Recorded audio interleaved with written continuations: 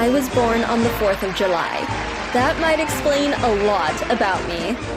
According to the program, she's up next. You guys spent weeks thinking about this. Which president did she decide on? Lincoln? No, actually. Look, there she is. My dad loved history and culture. My mom, as he would say, was as American as apple pie. Friends and fellow citizens, the period for a new election of a citizen to administer the executive government of the United States being not far distant, and the time actually arrived when your thoughts must be employed in designating the person who is to be clothed with that important trust. It appears to me proper, especially as it may conduce to a more distinct expression of the public voice, that I should now apprise you of the resolution I have formed, to decline being considered among the number of those out of whom a choice is to be made. I beg you at the same time to do me the justice to be assured. She chose George Washington and his 1796 farewell address. She's definitely your daughter. Washington, the man who could be king, set the precedent of stepping down after only 2 terms as president. In his humility, he returned among the people to allow the people to choose their own leader. Our history, though short, is abundant in these figures who modeled our national character and defined our traditions. All great nations, like all great people, have an imperfect track record, but their greatness isn't because of these mistakes, but in spite of them. My name is Carly Sasha Vanders, and I want to show you the America that I know and love.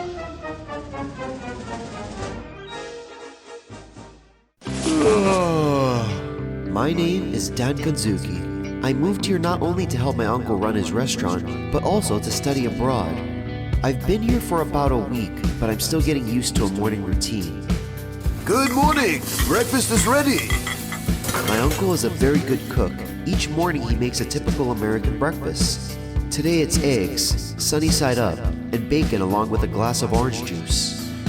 Fortunately, he lives very close to the school, so I can walk there in less than 10 minutes. Like in Japan, there are both public and private schools. Catholic schools are often called parochial schools to further distinguish them from private institutions. While a lot of these schools are separated by gender, St. Jerome's is co-ed. It accepts students from kindergarten through high school, divided across 2 campuses. Most people learn about American public education thanks to movies and television. I'm glad to have the opportunity to see student life from this perspective. Oscar is a relatively small town, so tuition is surprisingly affordable.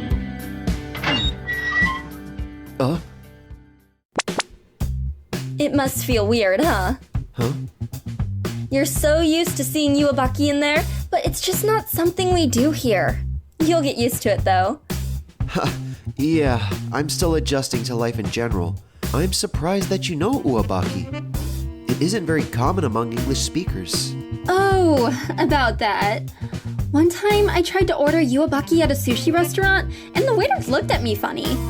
I'm guessing she meant unagi maki. Oh, you should get a padlock for your locker. I didn't even think about that. Well, some American schools have built-in locks. Other schools like ours allow students to purchase their own padlocks. But if my locker's too secure, how will I get notes from secret admirers? American girls are super aggressive. They just break into your locker. Just kidding.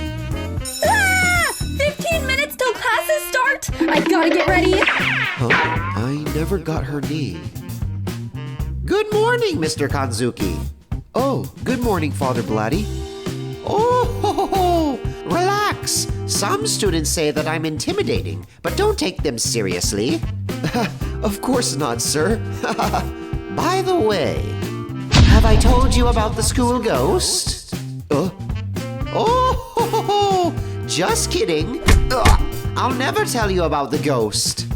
But I will urge that you sign up for an extracurricular activity. It would be good for your transcript. And your soul. Huh?